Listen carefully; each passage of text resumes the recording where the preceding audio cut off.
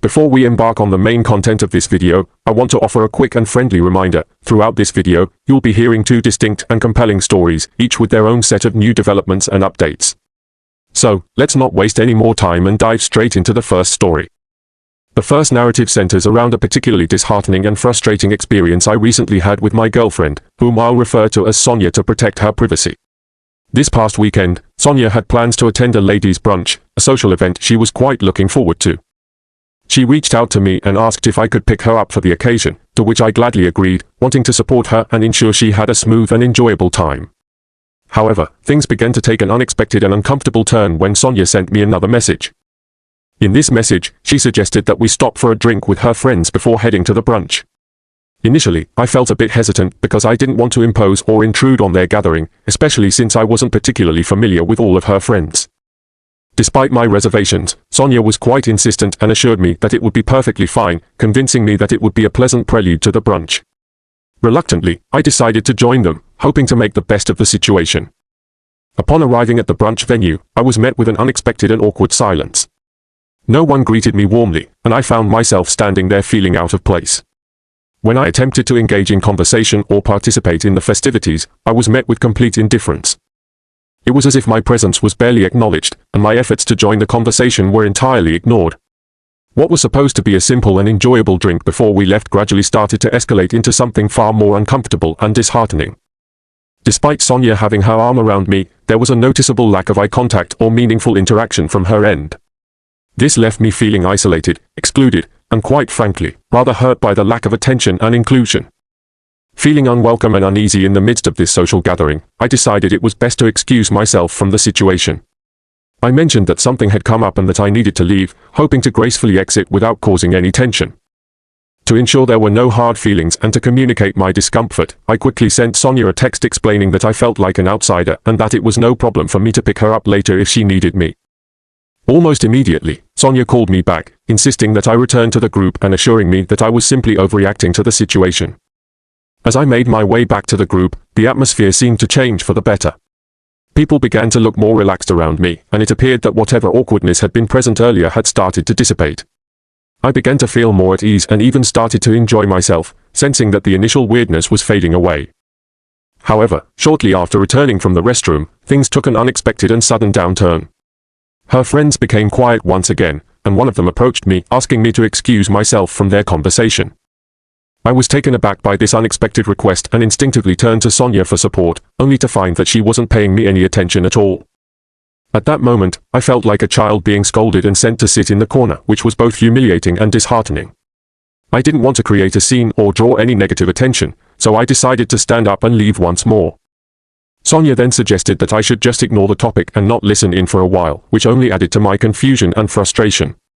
To gain some clarity about what was happening, I sat back down and discreetly checked my phone.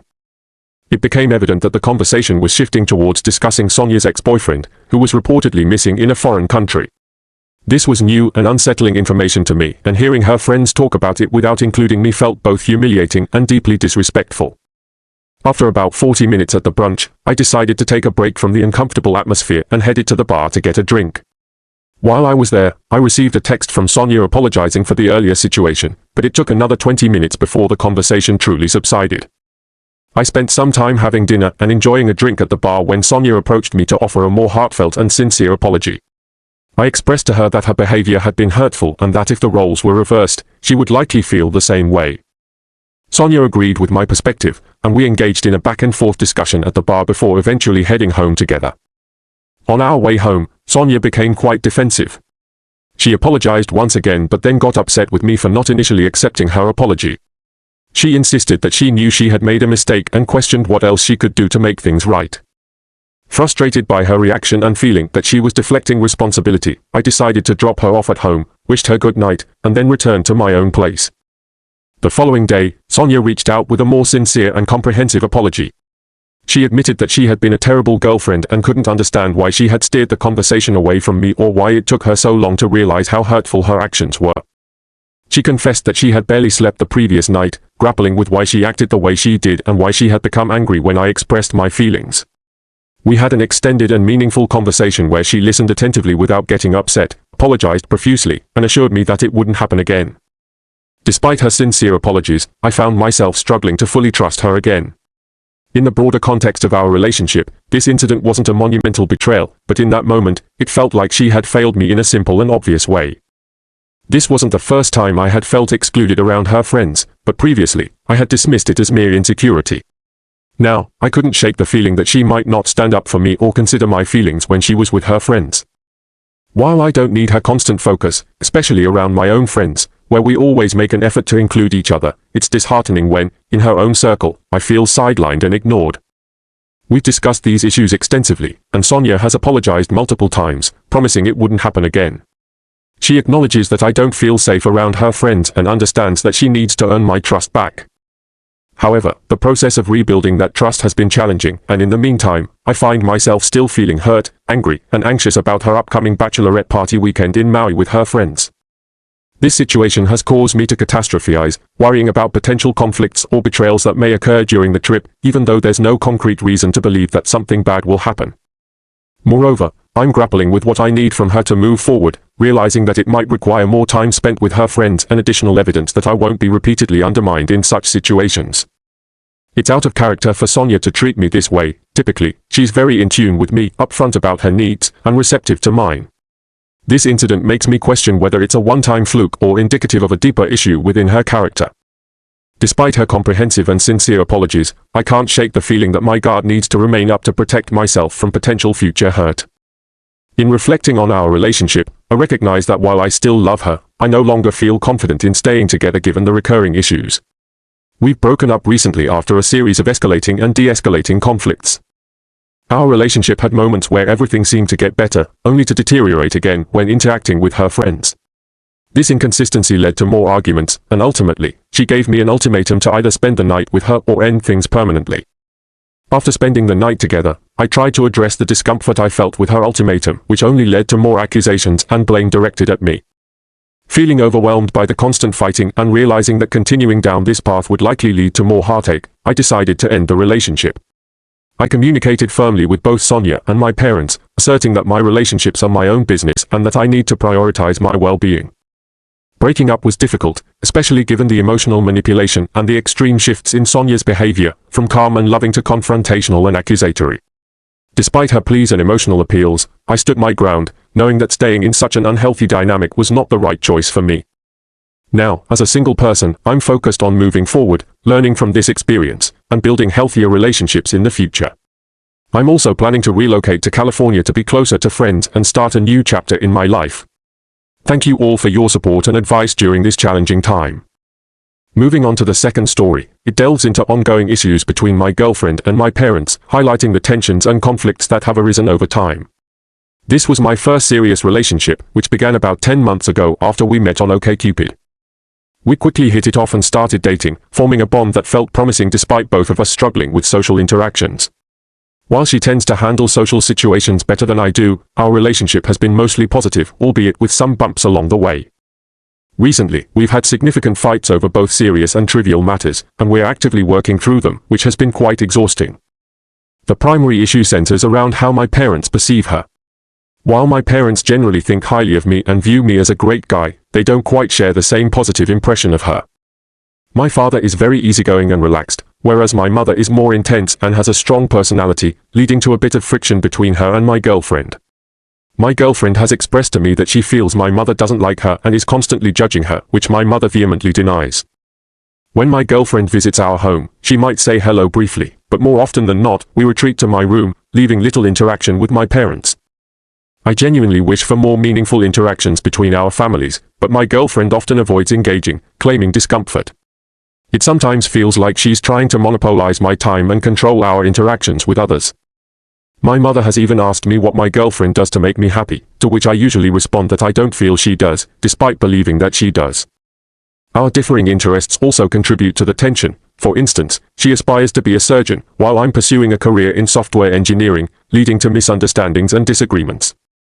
One particular incident stands out. My girlfriend was over at my house when I went downstairs to help my mother sort through some old file cabinets and grab some pizza from the oven.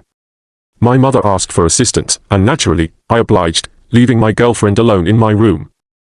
Later, she came downstairs visibly upset, questioning where I had been and expressing that I had left her alone for what felt like an eternity. She felt I was rude and inconsiderate for not informing her that I was helping my mother and spending time with her after finishing my homework. This misunderstanding led to our first noticeable fight, which my parents observed. Another notable conflict arose during a weekend trip to a hotel.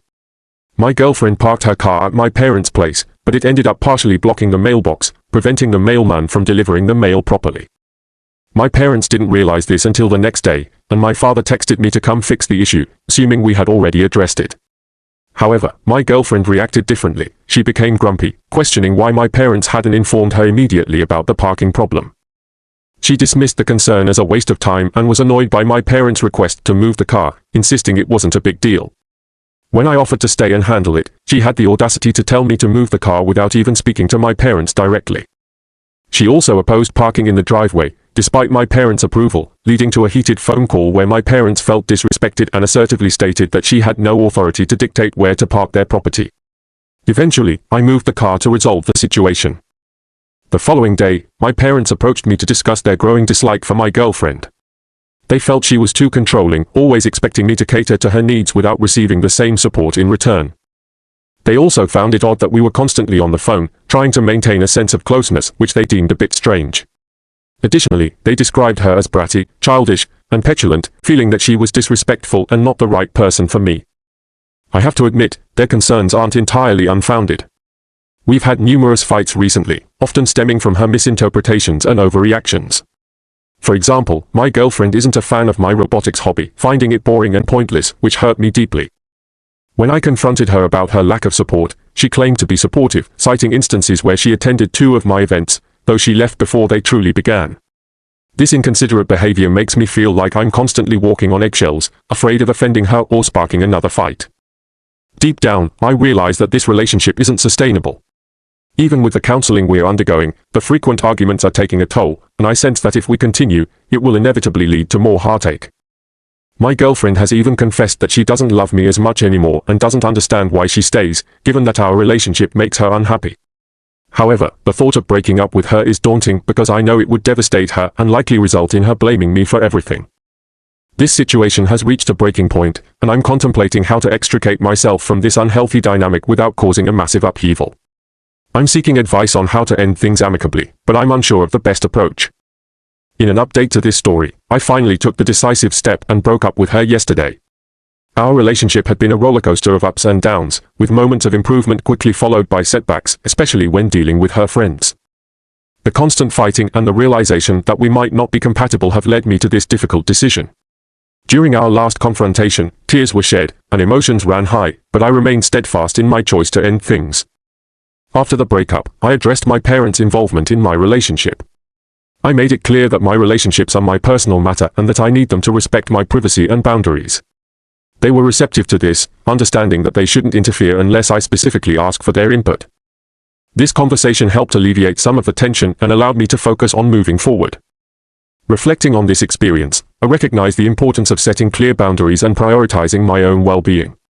While I still have feelings for her, staying in an unhealthy relationship isn't something I can justify. Moving forward, I'm concentrating on personal growth, learning from these challenges, and building healthier connections in the future. Additionally, I'm planning to move to California next year to be closer to friends and start anew. Thank you all for your support and understanding during this tough time. Your advice and encouragement have been invaluable as I navigate through these changes and work towards a happier, healthier future.